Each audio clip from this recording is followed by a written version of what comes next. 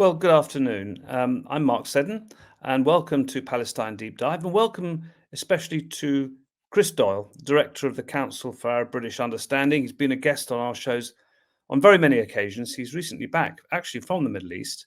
I just wanted to ask you, Chris, just to begin with, um, describe as you see it the current situation in North Gaza.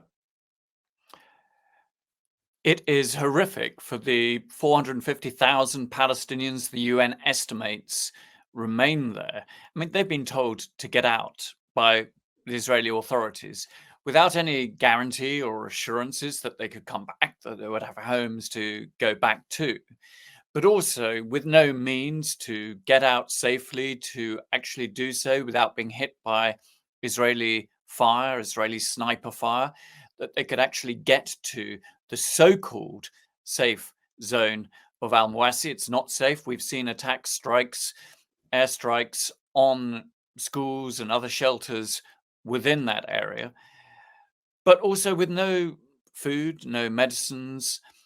Israel has been besieging Jabalia refugee camp for over 12 days now, not allowing anything in there.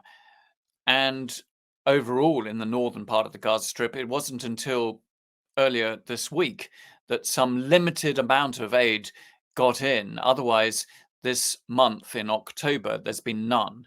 And, this comes against a picture that we are seeing in October and September, very limited amounts of aid. I mean, it's as bad as it was in March. And the reason the Israeli authorities are able to do this is that they have got a green light. And so now going back into the north, I think what we are seeing is really Netanyahu saying, right, we're going to empty it. The Likud party or various members within it are getting all very excited about the possibilities of colonizing it, inserting settlements into the area. And to basically, this is ethnic cleansing. This is what is planned. And they can do that because the international powers, I don't say community anymore because there's no such sense of concerted, unified action, but the key actors like the United States, Germany, France, Britain, are doing no more than issuing press releases or making mild comments about what's going on.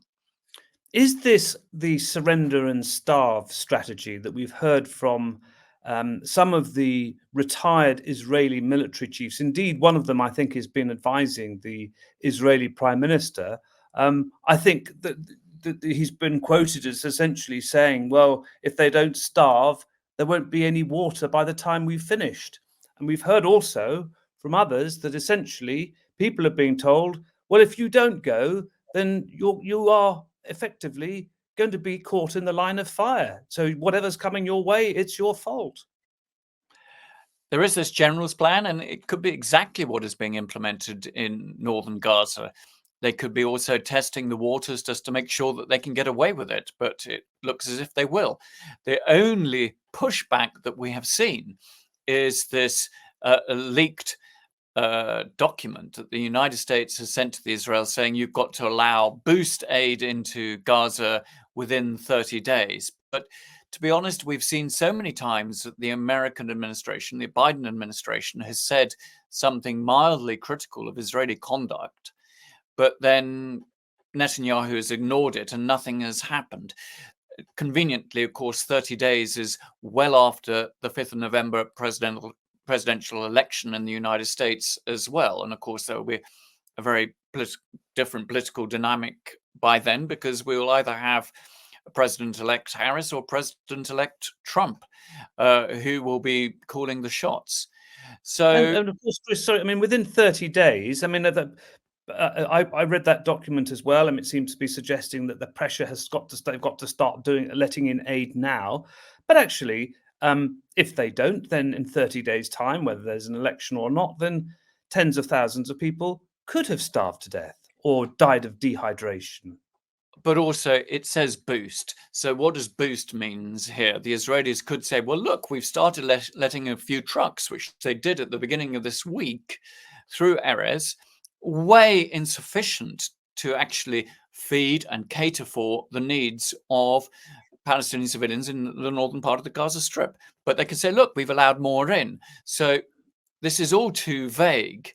And to be honest, after a year of all of this, of Israel restricting aid, it's really laughable, isn't it? I mean, that the idea that the American administration really cares about the humanitarian well-being of the population of Gaza when they've tried airdrops and that ridiculous pier as well, all of it showed that we're never willing to take on the Israeli government and say, you've got to adhere to international law or there'll be serious consequences. They've never done that. Joe Biden hasn't tried. And they've allowed a situation which, a genocide, to be, in my view, taking place without any pushback whatsoever. And this is the next phase of this. I mean, I think this is what we are seeing. It's the ethnic cleansing of the northern part of the Gaza Strip. Then, of course, do they go into the center as well and do exactly the same thing? What would be the difference? They'd make the same arguments. Where does this stop? And they can also, what facilitates this is that everybody is also distracted as to what's going on in the north with Lebanon. And at some point, we're led to believe, and it looks very likely, Israel will make some form of strike on Iran. So with all these different fronts, it's a real risk that what is happening in Gaza gets forgotten or sidelined. And one more point, which I think is really, truly offensive, is we get this in Britain a lot, that the politicians talk about the humanitarian situation in Gaza. In fact, there's a whole load of questions for foreign affairs questions to the foreign secretary next week. They're all listed as to ask what the government is doing to address the humanitarian situation in Gaza. It's not a humanitarian disaster like a post-earthquake environment. This is a genocide that is going on, atrocities that are going on, a military invasion and reoccupation of the center of the Gaza Strip with humanitarian consequences. So you can't just deal with the humanitarian issue and assume that it's going to get better. I mean, it's utterly ridiculous. You need to get to the ceasefire, the end of the carnage, and accountability. So let's have enough of this. It's just a humanitarian issue that is confronting the people of Gaza. It is incredible watching politicians in America, in Britain, and in Germany, and watching in particular the German foreign minister in the past few days saying, actually, it's not in effect, she's saying that it is, if you are civilians and you are in an area where there are terrorists, then you are also going to be a target. And there may be some difficulties with this, they say, but essentially it's acceptable. Now, this, we all know that that is, of course, a complete breach of international law. And even if this were some kind of traditional military campaign against insurgents or terrorists or whatever you like to call people, this would never have been acceptable anywhere else. So what makes it acceptable, do you think, to some of these Western politicians?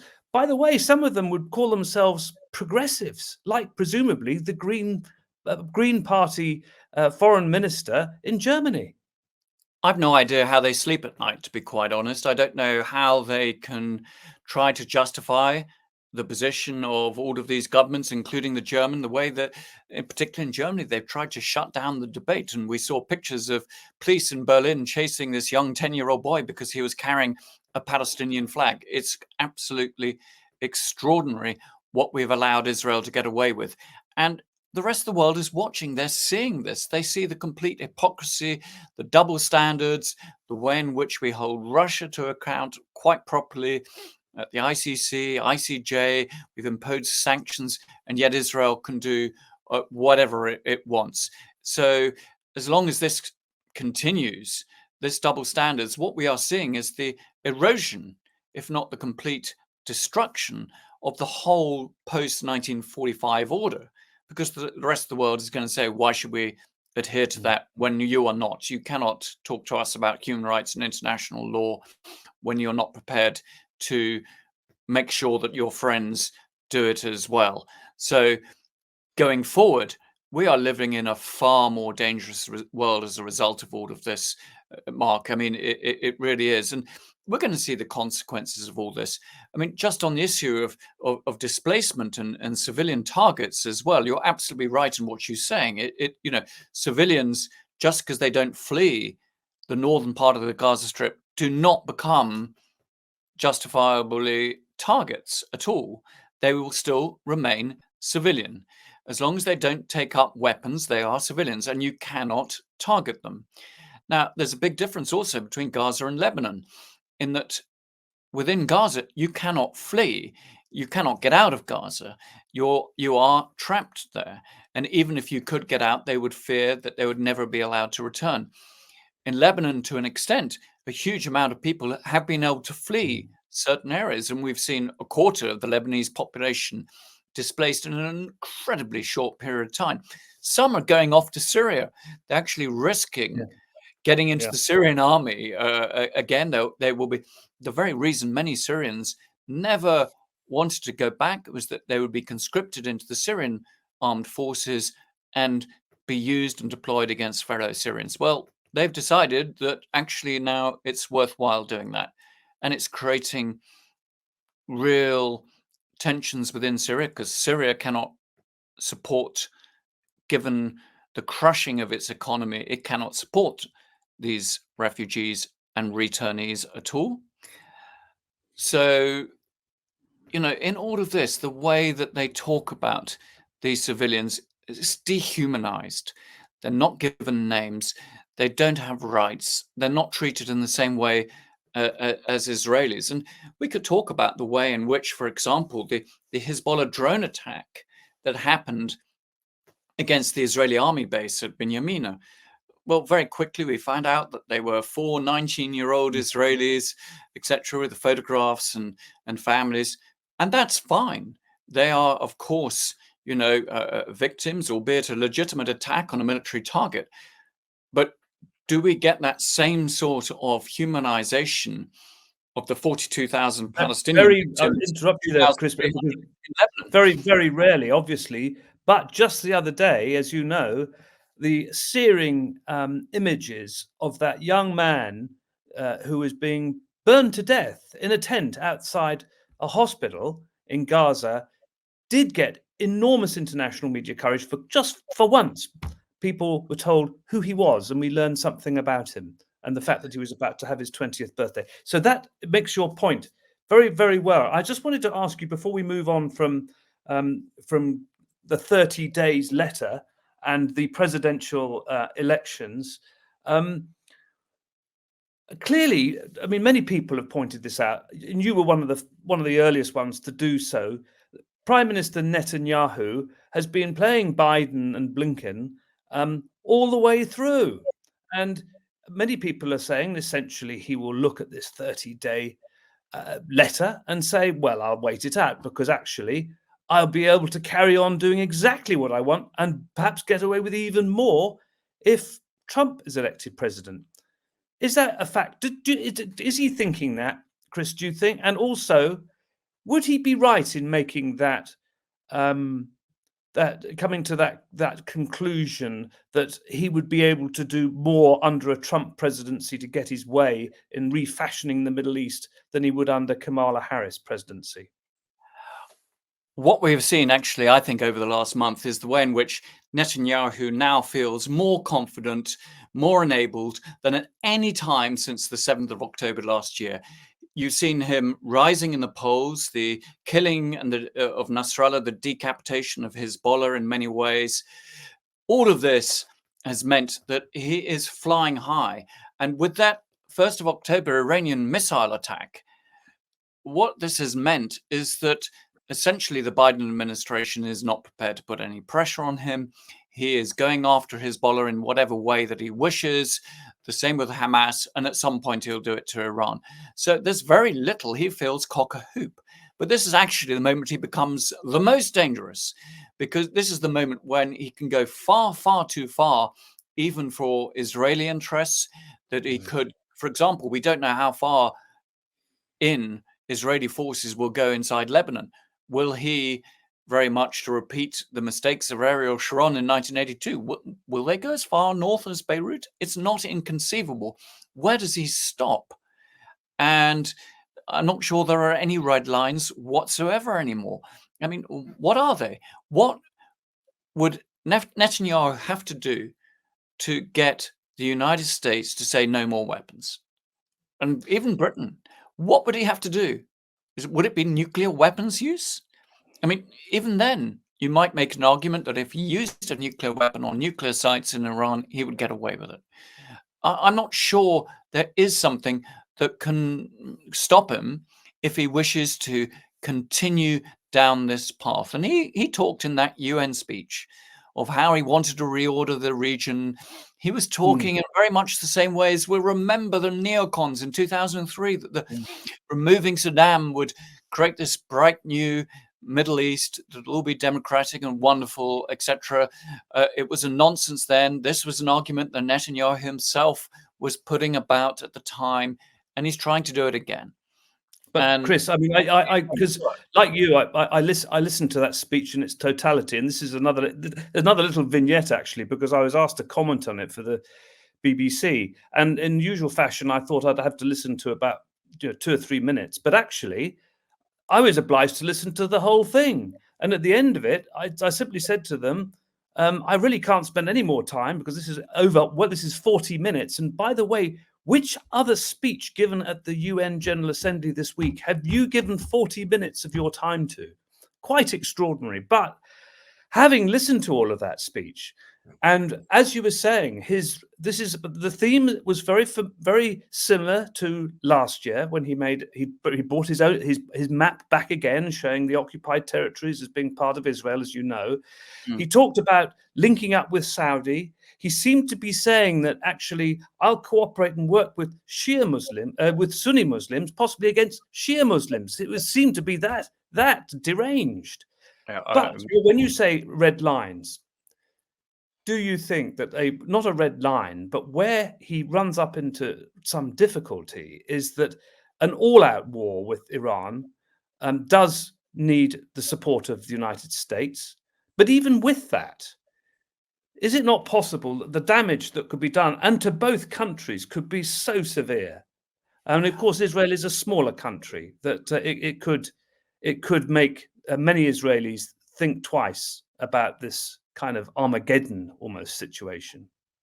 Well, I would say that if you're a supporter of Israel and you want to see Israel flourish, that you would be wanting to see the brakes put on Netanyahu right now, precisely because he could land up Israel into a very long-running conflict in which it will actually, in the end, be a loser. That's not to say that other countries would be winning. It would be a disaster for all. And, I have a lot of criticism of the Iranians as well as to what their strategy is going forward and what they really are trying to achieve, and indeed Hezbollah. But Netanyahu, I mean, I think in one way it is quite good that the BBC showed all that speech, because in so many ways it was a chilling manifesto of what Netanyahu now wants to do. I think it demonstrated in some ways that he now is more confident and even more bullish than he was a year ago. And yes, he does love his props and his maps and so forth. But there were so many things in it. I mean, perhaps the biggest lie came right at the top, that Israel wants peace. He wants peace more than anybody else. I think Israelis want peace, but not he, Netanyahu. He has been pushing for war and escalation now for months. So I think that was, the big lie in it. And I think there were lots of other issues of distractions as well. It was an extraordinary piece of theatre. Even Nancy Pelosi gets it, of course. You will have picked that up. And she said that he's never been interested in peace. In fact, as you know, Chris, his whole career has been predicated on ripping up Oslo and frustrating any real attempts and to get a peace and a settlement. And now it's going to be, he thinks, on Israel's terms. But look, when it comes to what we kind of expect, this tit for tat that's going on between Israel and Iran, and Israel is now threatening to retaliate for the missile attacks on some of its military bases a few weeks ago. We hear that the Americans are telling them to desist from attacking Iranian nuclear sites. We don't know what they're going to do, but we're also hearing from the Iranians that they would measure for measure.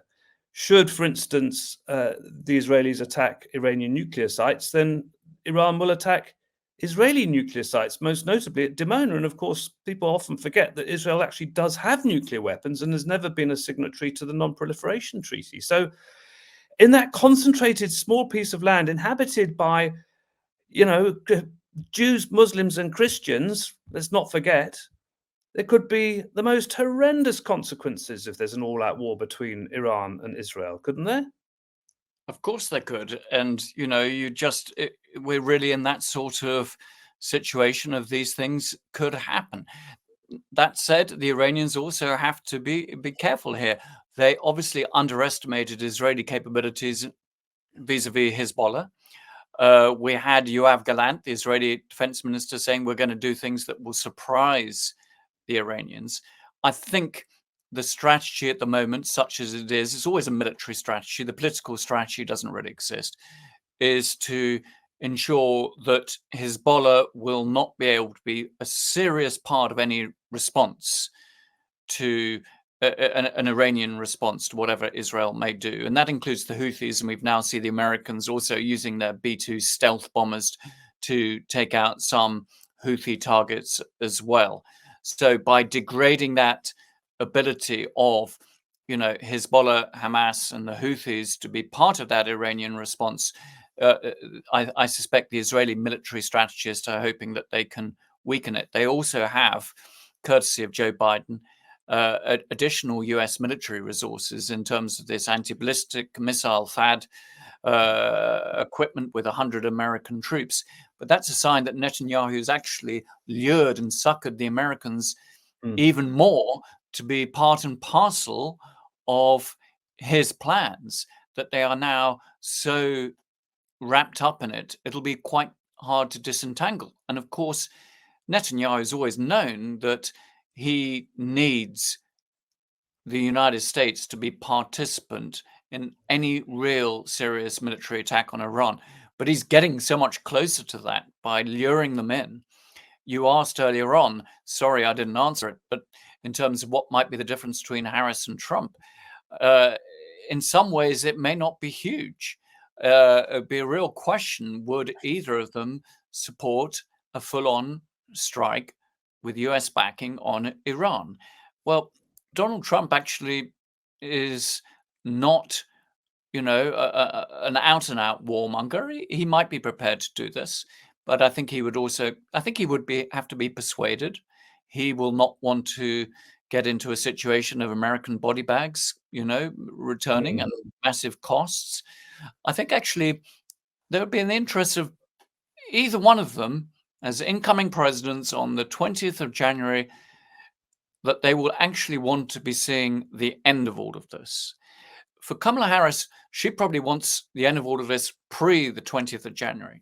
Have it wrapped up. So she can start with a fresh slate, not toxic inheritance from the Biden administration. And as you know, this is a bitter issue in the Democrat Party. But for Donald Trump, he probably wants a situation in which he can say to Netanyahu, okay, I'm going to be in the White House. I want you to wrap it up shortly afterwards with me making the deal. I want to be the deal maker. I want to be the man who puts this to rest, as I've promised to do. Sort that out. And possibly also involving Putin, of course, because as we see, I mean, talking about the Americans being suckered into Netanyahu's ambits, the Ayatollahs are busy trying to get and successfully involving Putin. Putin, of course, is also helping to supply the Iranians with military. So, I mean, The Iranians also are helping to supply the Russians. So an uncomfortable relationship at the best time. And historically, Russia and Iran, Russia and Persia, have always been rather suspicious of each other. And that actually has been a character of the relationship.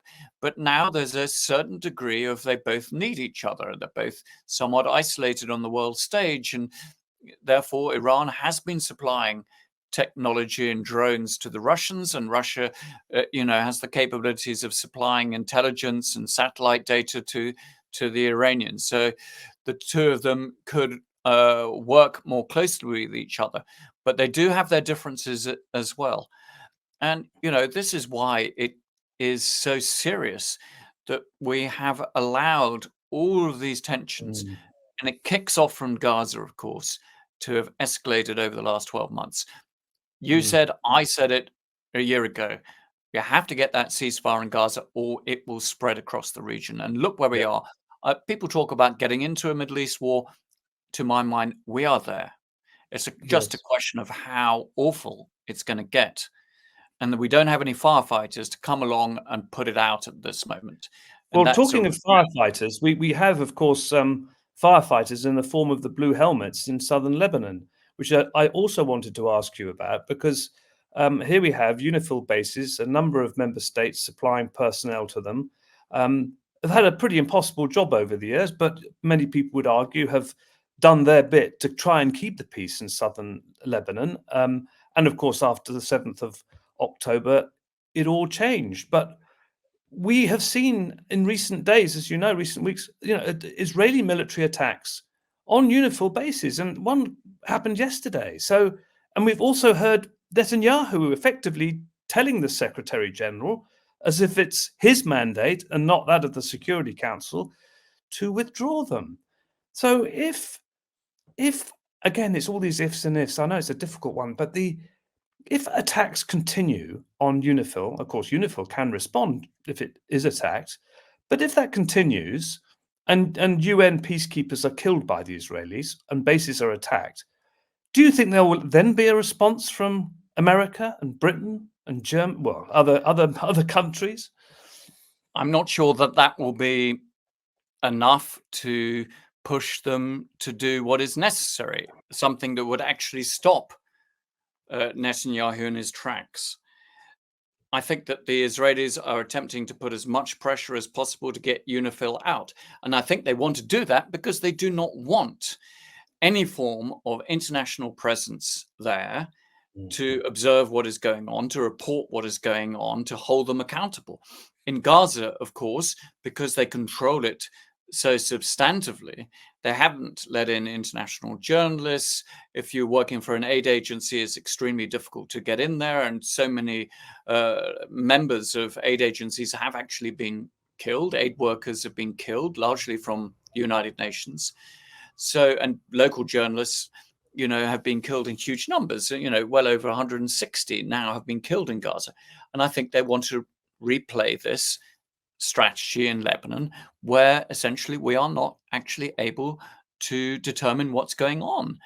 And it is quite extraordinary. I mean, they blew up an entire historic village this week. Mm. They dynamited it and just blew it up. I mean, there are no red lines left. We No. are in a situation where international law has come to mean nothing, and he can get away with anything. And I think that is also what we see with UNIFIL. They are prepared to shoot at UNIFIL posts. They've actually, of course, if you go back to 96, they shelled a UN compound that was sheltering civilians, and they killed 106 people. And there was an inquiry afterwards, an international one, but nothing actually happened to hold Israel accountable. And that has always been the problem. So the only sort of vestigial hope, I guess, is that the International Criminal Court may finally make a determination on these arrest warrants. The Hamas leaders have now possibly all been killed, but against Prime Minister Netanyahu, Defense Minister Yoav Gallant, make a determination: are they going to issue arrest warrants? And then we'll see Yeah, which that was the you- European Union will actually yeah, uphold such an arrest warrant or not. Will Britain? We know the yeah. United States won't, but You that will be a anticipated my dramatic question because I did want to ask you about the arrest warrants because there's been quite a lot of interest in, what's happened to them. Why is it taking so long? Um, Again, we know that there was pressure behind the scenes from, I think, also from Germany in particular to try and hold these up, to challenge them legally. Do you know where we actually are with these arrest warrants? And as you say, they do sort of stand out now for Netanyahu and Gallant because the Hamas leadership have been assassinated. And I think it's a great pity that the Hamas leadership weren't arrested and put in front of an international criminal court to show due process in all of this. And I argued this the same with Al-Qaeda guys as well. You know, I'm very consistent. Much prefer to see people put in front of courts than blown up. Now, we don't really know where it is, but what we have seen is various delaying tactics where individual states have submitted legal arguments and Israel then submitted legal arguments, and there's been this delaying process. Now, there was an argument that was deployed that you have to be very careful if these arrest warrants are issued, that it would upset ceasefire negotiations. And everybody's been protesting around the world to get an immediate ceasefire. And if these arrest warrants are issued, what could happen is that those ceasefire talks could collapse. Well, that is really no longer the case anymore. There is no prospect at all of any ceasefire talks coming to fruition. I mean, I don't think even the most diehard pro-Israeli American official would argue that. I mean, it's not going to happen. So we really do need to see this because, you know, around the world, in the global south in particular, the ICC, the International Criminal Court, is seen as a court that has essentially gone after, you know, African leaders, one or two others, but not friends of the United States or European leaders. And it's totally being undermined. And I think if we want to live in a world that does have a rules-based order, that needs to be addressed. I think Netanyahu and Yoav Gallant have violated international law on so many counts, not least the use of starvation as a weapon of war, which goes back to what we were talking about at the beginning of this conversation, what's going on in northern Gaza, because there you do see it. Starvation as a weapon of war, as the stated policy. It's not permissible at all. And finally, Chris, we heard this week from former Prime Minister David Cameron that had it not been a general election, had he not been advised not to, really, he would have authorized sanctions against Ben-Gvir and Smotrich, the two, we call them far right, but I mean, I don't know what that means anymore, but these two Israeli members of the cabinet, and this prompted Sir Keir Starmer to say that actually the British government was going to do that. We've also seen this week Italy saying it's going to, talking about the far right again, Italy is going to have an arms embargo against Israel. France has said the same. This is happening more and more. Once again, it does appear that Britain is something of an outlier, despite the fact there is a change of government and despite the fact that we're told that Sir Keir Starmer is a great respecter of international law. So what message have you got for Sir Keir Starmer and for David Lammy? You're absolutely right that we have seen these moves to push forward in terms of accountability, but these are many steps that are way behind the curve in terms of what's actually happening on the ground, because they did actually announce this week, Britain, that they were going to be sanctioning 3 settlement outposts and 4 settlement organizations, one of which is a very significant one, Amana. So it's not to be sniffed at. This is something that we've been pushing for and calling for at Caabu for some time. So that's great. But I do think that when David Cameron comes out and says he would have sanctioned these ministers, it's somewhat disingenuous. Why didn't you? It's not like they had not already made numerous genocidal comments, that they themselves had been, you know, Ben-Gvir had been supplying openly machine guns to settlers in the West Bank. You can make all sorts of reasons as to why they should have been sanctioned a year ago. And so there's a certain degree of self-serving nature to Cameron's comments. So I welcome the fact that Keir Starmer says that this is not off the cards. I hope he will do that. But there's also a side of me that says, hold it, Ben-Gvir and Smotrich are 2 ministers in the Israeli coalition, but they're all signed up to the same policies. They're all signed up to starvation as a weapon of war, to the genocide in Gaza, to bombing civilian targets, all of this. None of them had called for an inquiry as to how somebody got raped on video inside an Israeli detention center. No, they all actually think that's all fine. So yes, Ben-Gvir and Smotrich are the loudest, they're the most you know, verbally racist, homophobic of these ministers. But frankly, they all back the same sorts of policies, and that's why they're in that government. So I think actually it raises a question of, if you're going to sanction those two, why aren't you sanctioning the entirety of that Israeli cabinet?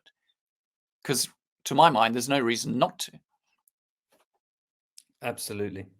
Well, look, thank you very much indeed, Chris. I think we've probably Pleasure. sadly reached the amount of time that we promised that we'd detain you for. So thank you, much appreciated, and we look forward to hosting you again. And until next time on Palestine Deep Dive, thank you very much. Thank you for having me.